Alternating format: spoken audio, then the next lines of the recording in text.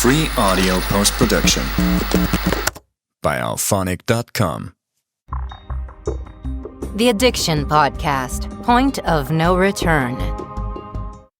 What if your biggest enemy was you? In Fast and Hard, From Addictions to Redemption, author Matthew Tyner Sr. shares his raw, unfiltered journey from college baseball stardom to the depths of addiction and ultimately to redemption. A walk-on at the legendary University of Miami, drafted by the Orioles, Matt looked like he had it all. But behind the scenes, chaos, drugs, affairs, self-destruction. He lost nearly everything until he chose to fight for his life. Now, over 20 years clean and sober, Matt's story is a powerful testament to the strength of faith, family, and the 12 steps. He's a Division I head coach, business owner, and motivational speaker, inspiring thousands to rise above their darkest moments. He shares the gripping details in his recently released memoir, Fast and Hard, From Addictions to Redemption, a page-turner from start to finish. Whether you're in recovery, know someone who is, or just love a story of hope, Fast and Hard will grip you from page 1. Available now on Amazon. Learn more at tynereffect.com. That's TYNER effect.com. Sybil Stanonis, did I say that right? Yes. Okay, good. Thank you for being on the podcast today. Thank you so much for having me. I am so excited to be here today. Awesome. And you had a message you wanted to say right up front, and I really liked it, so go. Yes. So I'm going to quote myself from my TED Talk, and I would like to say that we are all born with 3 things: a mind, a body, and a life. And what we do with those first 2 determines the third. Hi, my name is Amy Newman, and my husband Bobby and I have a business called Newman Intervention Services. We provide intervention services for families who have loved ones struggling with drug addiction. Our goal is to help individuals get the support and treatment they need to overcome addiction and start on the path to recovery. With our personalized and compassionate approach, we guide families through the challenging process of getting their loved one into rehab and onto a road of a healthier future. Together, we can make a positive difference in the lives of those affected by drugs. If you or someone you know is in need of an intervention, don't hesitate to reach out to us. Let's work together and bring hope and healing to those battling addiction. Call 866-989-4499 today and say the word podcast to get a 10% discount. Or go to newmaninterventions.com and type in the word podcast for a 10% discount. This service comes with a free 1-hour consultation with Bobby. And that is our choice. That is everybody's choice. The world is our stage. I agree. I think you put that very succinctly, so thank you for that. So, Sybil, you have your own history of addiction. Just tell us about it. What were you addicted to, and how did that progress? Well, as far as addiction, it actually started with an eating disorder. Okay. So, How old were you? it started around age 19. Okay. So I was starting to get my final dental work done from an accident I had at age 10. So at age 10, my face hit the concrete and I had facial trauma. So I had dental work done as a child. However, a girl's jaw does not finish growing until age 17. So I had to wait, right? So anyway, I started getting dental work done and, you get pain pills. So, kind of started a little interest. Then from there, the dental work's progressing, it's getting permanent and all that stuff. Well, then with my dance career, I was an NFL cheerleader for the Buccaneers, and then I went on to dance with the NBA, the New York Knicks, as you see my little bear behind me here. I found out that I was born with an extra disc in my back. So I was a shoo-in for any kind of pain medicine I wanted. Oh, So my. the doctor And basically, Sybil, I'm sorry to interrupt you, but you said that you started with an eating disorder, but don't a lot of those painkillers have as a side effect weight gain? Was that what occurred? I mean, you know, my what I thought my eating habits were great. Like I would eat, toast, I would eat a salad, I would eat a baked potato for the day. That's it. And that was food to me. That was Wow. my day. So that was my high. That was my addiction to start. Okay, understood. So then the pills came in. So you normally, when you have an eating disorder, chances are it does follow with something else. Right. So it developed into an opioid addiction. Okay. So then I would get any amount, any 180 oxycodone 30s, and I would doctor shop. So also the man I was married to would also doctor shop for me. Okay. So we had double doses coming in. It was all the time. I mean, 4 maybe at a time, Wow. 30s I would take, and I'm a small woman Yep. to begin with, and then, at my lowest weight, going back, I was like 85 pounds, so Oh my putting God. these things together, it it was a terrible addiction to have at the same time. Yep. However, then once I started eating a little more, then it was just focused more on the pills. However, you always still have that eating disorder dilemma in your mind that you have to put the pieces together. Right. While this was going on, were you a cheerleader? Was this Actually, during that part of your career? I was not on any type of opioids Okay. as an NFL cheerleader or NBA cheerleader. No. Okay.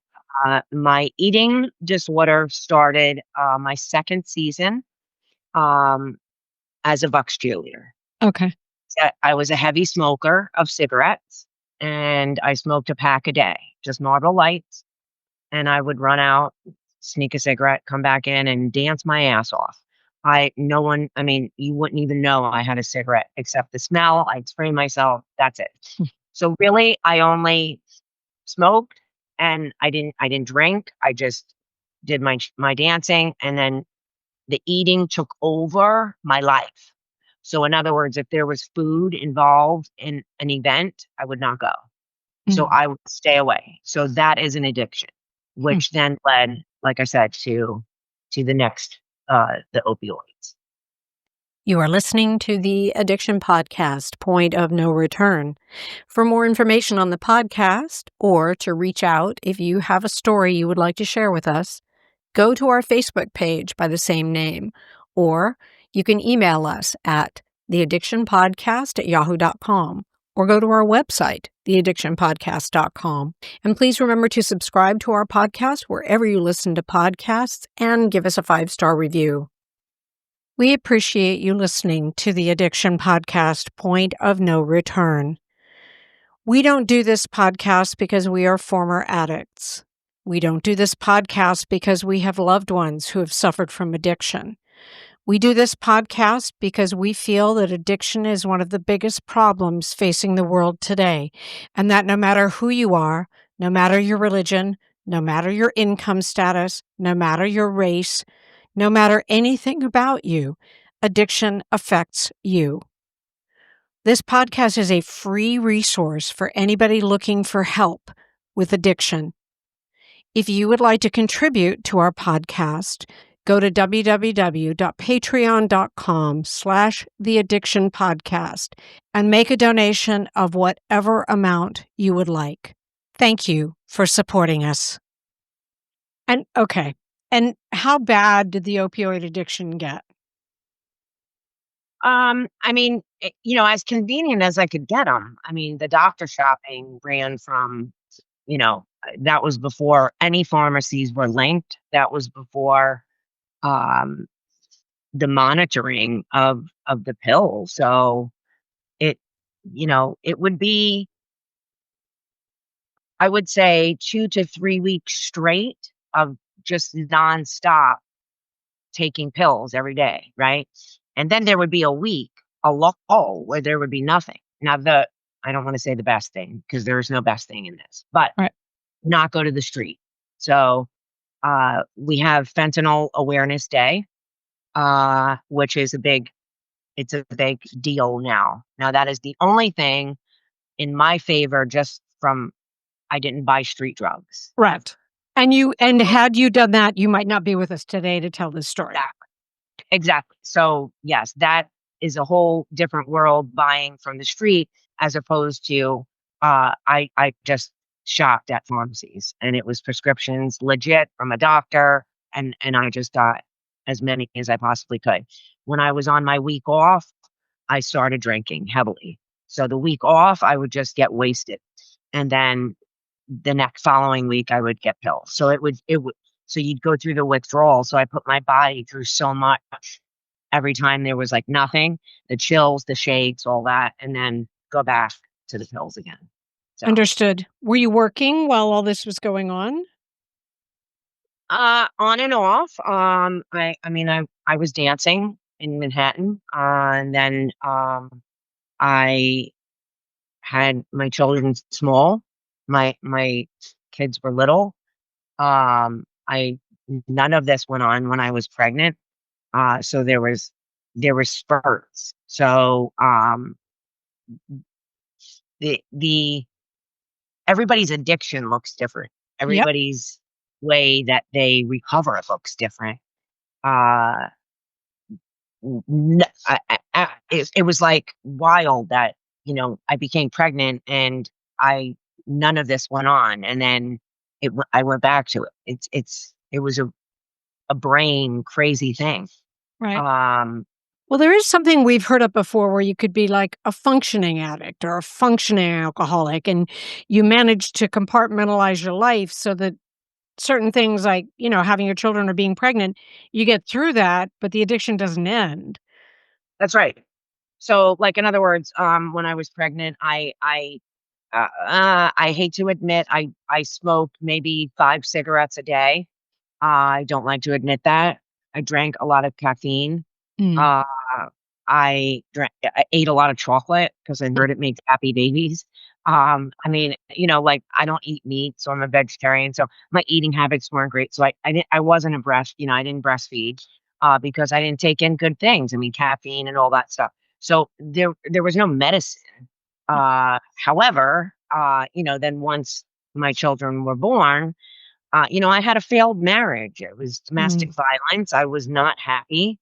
And so now where do you go? So you turn to, I go back to my pills. Right. And again, like I said, I would go to the doctor, get them. And the man I was married to would get them. And I would take them. And like you just said, and that is exactly what I was. I was a functioning addict. Right. When you close your eyes right now, if everybody that is listening closes their eyes and pictures an addict, it's not me. Nope. You're not picturing me. I'm a Mm-mm. fun, this, that, this. But yes, that is what I was, just like mellow. I was a little more mellow because I was high. Right. So I did what I had to do. I took care of my business. But people that knew me just said, something's not right with Sybil. Something's Right. not right with Sybil. Right. She's just off. She's off. So what So, made you quit? What made you quit? How bad did it get that you finally decided you had to quit? as I told you, I was in an accident when I was 10. Right. I had facial trauma, and I never liked to look in the mirror, ever. So one day I was looking in the mirror and I just appeared to be gray, like my skin, my eyes. I just looked not right. I looked tired. I looked not the way I should look. And I said, something needs to change here. I'm a mom of two little children, and I'm harming myself, and I want to be here and have a great life. And I started dancing again and dance because I stopped dancing Mhm. or through this period. And dance was my life. I danced since I was age 5, but through this period, I kind of stopped after becoming a mom, and then, you know, making pills my focus of getting through my day because of the marriage I was in that I Right. needed to get. Right. It was just a toxic home. So the decision I made to stop the pills and to stop was admittance. I Mm. admitted that I had a problem.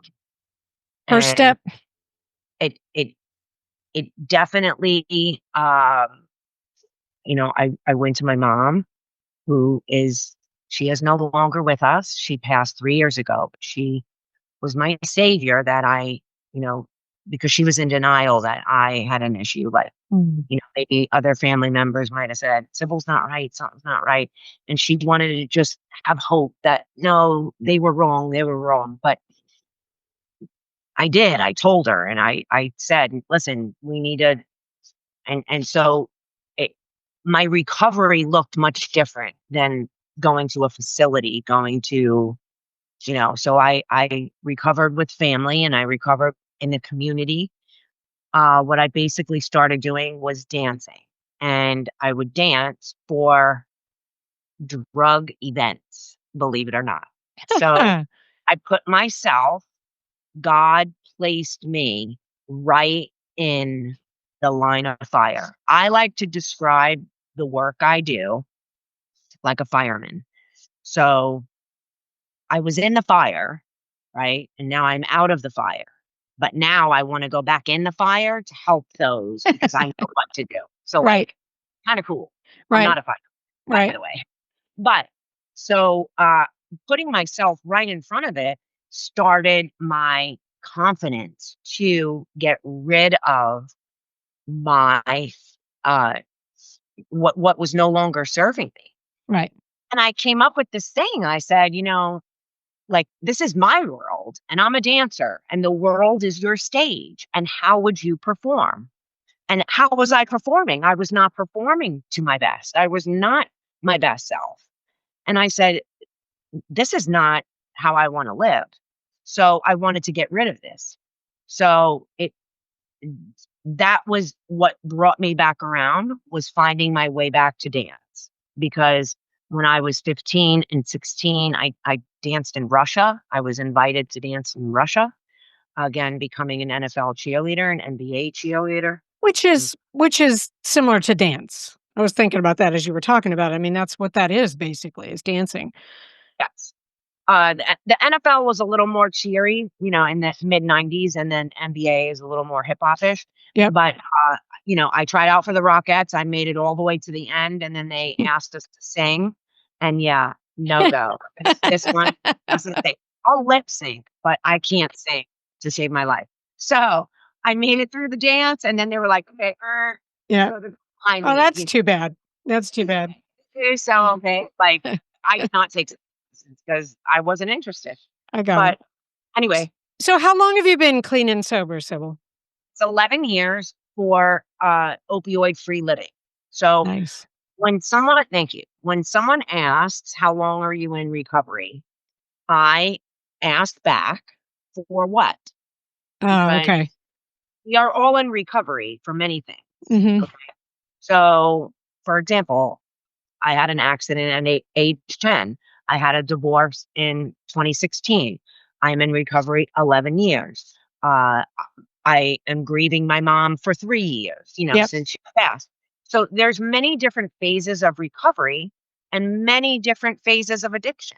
Yep. And be addicted to not just drugs. When someone says you're an addict, do you automatically assume it's drugs or it's this newfound street drug, the street drugs that are laced with fentanyl? Like basically every Every street drug is. Yeah. Yeah. And we've talked about that many times on the podcast. And, there are people who would like to say that the kids who die from fentanyl poisoning are addicted, and they're not. They're trying something for the first time and they're getting killed. It is poisoning, but that's a whole other subject. So you've so you're a dancer, but how did you turn dance into something to help others? So what I did, because I was a competitive dancer all my life, as I mentioned, going to Russia and doing those great things, we always won. And it was like you had to compete with the girl next to you or the team next to you, and nothing against competitive dance teams whatsoever, because I'm here because of that. However, that led me with mixed in with all my other issues I had, um, down the wrong path. So I chose to go to school for psychology. I got my psychology degree and my bachelor's. I'm a certified recovery peer specialist, and I have evidence-based curriculum that I developed in my program called Dance Time with Sybil. So basically, I work with children using the platform of dance. I start from ages 2, go to ages 18. And now I work with adults because they've enjoyed what they have seen, what I have done with their children. So in other words, in the beginning, I was very afraid to share my story, to be honest. I was afraid to share about my past. And when I was asked to do a TED Talk, I initially said no. I did not want to. And my son grabbed me by the shoulders and said, "You can and you will. Grammy sent that to you," because I was asked to do that talk the day my mom passed, is when I got, Mm. and I don't share that often. A few people know that, and now this podcast does. So on December 9th, I was asked to do a TED Talk, and it was the day my mom passed. So I decided to do the TED Talk, and I shared, and that's when things opened up for me. And I thought I was going to lose. I thought I was going to lose my parents, my kids. Like, oh no, Sybil had these issues. Sybil did these wrong things, these bad things. Because, kind of in my family, it's like, y- you know, it's kind of you don't talk about things. You don't air your stuff. But I do. I'm a talker and I want to share because sharing is helpful. My mom always wanted to keep the peace and keep everybody happy. And that's great. But sometimes we need to share these things so that people learn. So, Well, sharing not only helps you, because it definitely is therapeutic to share, but it also helps others who have been afraid to share, you yeah, know? exactly. So, in other words, like, not people listening, they're not going to have my exact story. I'm me. There's a Right. 1 in 400 trillion chance that we're born, each of us. So, like, that's a miracle. So, I'm going to have my own story, and somebody could take pieces of what I'm saying and go, "Oh, wow, I could relate to that," or "I could relate to that," in a slightly different way or manner, but they may be able to put their pieces in there and go, "Wow, that makes sense." So what happened when everything clicked, it was only about 3 years ago for me. After all this time, I performed introspection on myself because I'm working on evidence based and I'm telling people you need to do this and you need to do that and you need to blah, blah, blah. In the meantime, something wasn't right. Something was missing from me as to why. Why did this happen? So I needed to connect the dots. So as I was becoming my CRPS, and now I am taking the exam for an NCPS, which is a National Certified Peer Specialist. So that's nationwide because people need to know this.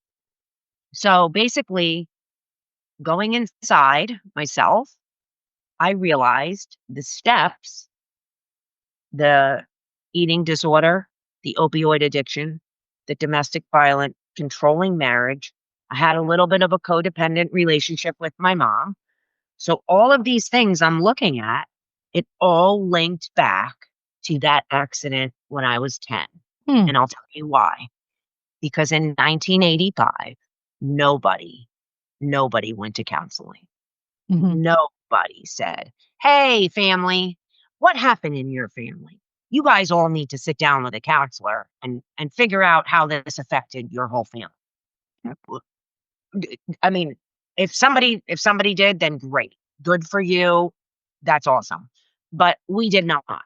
So I'm not saying I was not taken care of. I was very well taken care of. I had the best care. I had the best surgeons for my teeth. For I had to get bone augmentation in my upper mouth here because my face smacked. I mean, I could have died. I don't even remember it. I blacked out. I have one friend that remembers the whole story, and we are doing a little segment ourselves on that day because Mm. she was there with me, and I'd love to have her join in because she knows all the details. Yeah. Um, but regardless, what I'm trying to say with that is I became the child in need. So there were three of us kids. Okay. So when my mom and dad got married, my dad already had a daughter. So she was older than me and my brother. Me and my brother were born. So it was always me and my brother. He did sports, he did go karts. I was dancing. I was all over the country. He raced go karts, he did this. So my sister was already moved out, having her family. She was married. And so my dad did a lot with my brother. My mom did a lot with me. And we just were always going, right? I was homecoming queen. I was cheerleader. I was involved in school, involved in everything. And guess what? Not one person knew what was going on or Mm. that I had a removable apparatus in my teens. Mm. Okay. And it was like a secret, right? So I wasn't going to share that. No one needed to know because I looked fine on the Right. outside. Right. I looked fine. No one questioned anything. But what was going on inside of me? Yep. Yep. I like to say you have to feel it to heal it. Yep. If you do not feel it, you do not heal it, and you cannot help. So when I finally got through to myself after helping all these people get to their root cause, Yep. I got to mine. Mhm. And that is when everything clicked. And listen, not everybody wants to hear my story. When I was younger, again, my family's kind of quiet. They're like, just handle it, handle your business, blah, blah, blah. Oh, we don't want to hear about that. We don't want to hear about that accident. We don't want to hear about that. I couldn't talk about it. It wasn't something I could talk about it. So at 10, 12, 14 years old, it was like, oh gosh, I can't talk about it. Well, now I can Yeah. because I'm a grown ass woman. I And can and tell that's and that's huge because as you said, telling your story is therapeutic for you. So not being able to talk about something that's happened to you, I mean, because it's therapeutic when you can really look at it and when you can really dissect it and you can really confront all aspects of it. And yeah, I get it. I no, and get it. when you think of trauma, right? So when someone says trauma, it, that could be anything. Oh yeah. It doesn't like it doesn't. Just a divorce can be traumatic, but you had the whole physical aspect of it. And I'm sorry, every time you have to go into a hospital, that's trauma, Oh, heavy duty trauma, and if it's not something that for whatever reason and no judgment. I mean, for whatever reason, if you cannot talk about it, then, it just adds to the trauma. It just does. well, and that's a good point that you just said that when you said if you can't talk about it. Now, that's one thing I've learned too with my certification is that some people do not want to talk about it. And that's fine. That's where I come in with dance. Yeah. So, what I do is we do movement. So like it's it's you feel comfortable because think about it. My mom tried numerous times to take me to the eating disorders therapist, right? Mhm. I pull up, I see the name on the building, my hands latch onto the seat, and I'm like, I'm not getting out. I'm not going there. I'm not talking. And then she would take me in and I would sit there and I wouldn't say a word. Like And that's what I would do Yeah. because I don't want to talk. I don't want to talk about it. I wasn't ready. I didn't want to. So when I'm around a group of children and they're dancing and they're having fun and they're realizing that they can be themselves, they can be comfortable in their own skin, Yep. right? Now, if a child feels comfortable enough with me or an adult and they want to start talking or we have a little break, we have a session, we talk. So I'll say, what are some positives that we had this week? What are some negatives or what are things that are bothering anybody? And if they want to share it, they feel comfortable sharing it. Obviously, if it's something that has to be reported, it does. Right. There's many different ways. So it's just a different approach to get in for people to express themselves.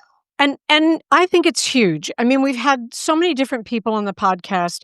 We've had people who provide therapy for troubled children with horses. And we have rock stars who get out there and do it through music. And you do it through dance. Sybil, what is your website? Do you have a website? Yes, DTW Sybil. For Dance with Sybil. That's why. Okay, perfect. And if someone wanted to, let's say I had a group of kids, do you come in and do things like that? Yes, I can. I'm remote. I'm virtual. I have a studio. I can come. I'm a public school contractor, so I can. I do bring my program to schools. I have a studio in Lutz, so I do camps. I do private events, or like I had a group of ladies going on a cruise that just wanted to learn a bunch of dances and feel better about themselves. I So love there it. could be that extreme. And then I had a Sweet 16, like a huge gala, individual groups, or I do have my regular classes, both children and adults in the studio. And then I can come to and even do like fun Fridays at a business, because it is important to bring the joy to the workplace where people feel comfortable going to work. Yep, I agree. I agree. And so if someone wanted to hire you, you're probably Tampa Bay area. I guess if I had a lot of money and I were in California, I could hire you to come out. Yeah. Oh, no. I've gone. So I do travel. If somebody wants me to come, I've gone to Jersey and Connecticut, Philadelphia. So if you want me to come and do any kind of event, whether it's speaking, my speaking events usually turn into a dance. Just saying. Why not? Just a heads up. So it's a motivational talk, but then you have to get up. I like it. So however you want to look at it. But the area is not Doesn't matter. I'm not limited. No. Okay. I'm going to say the website again, dtwsybil, sybil.com, dtwsybil.com. Give us just a last message before I let you go, Sybil. Again, the world is your stage. How would you perform? And I like to say that purple is obviously a color of creativity, royalty. It is also the color of opioid awareness. It's also the color of domestic violence. It is also the color I just found out for eating disorders. So I have been a fan of purple for a long time without knowing those fun facts. So it's kind of, I was drawn to it, and I want to help people feel so comfortable within their own skin. And the way you make someone feel about themselves says so much about you. And if someone feels so comfortable around you, then you've done your job. I love it. I love it. Thank you so much for taking the time, Sybil. Thank you so much for having me. This was great. Thank you so much for being with us today. Once again, Sybil Stanonis, and her website is D like David, T like Tom, W like William, Sybil S like Sam, Y. B like Baker, I. L like Lawrence. DTWSybil.com stands for Dance Time with Sybil. Check it out. We'll be back with another interview.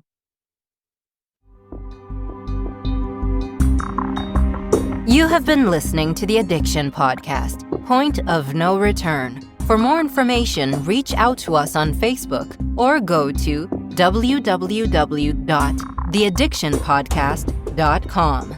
Our email is theaddictionpodcast@yahoo.com.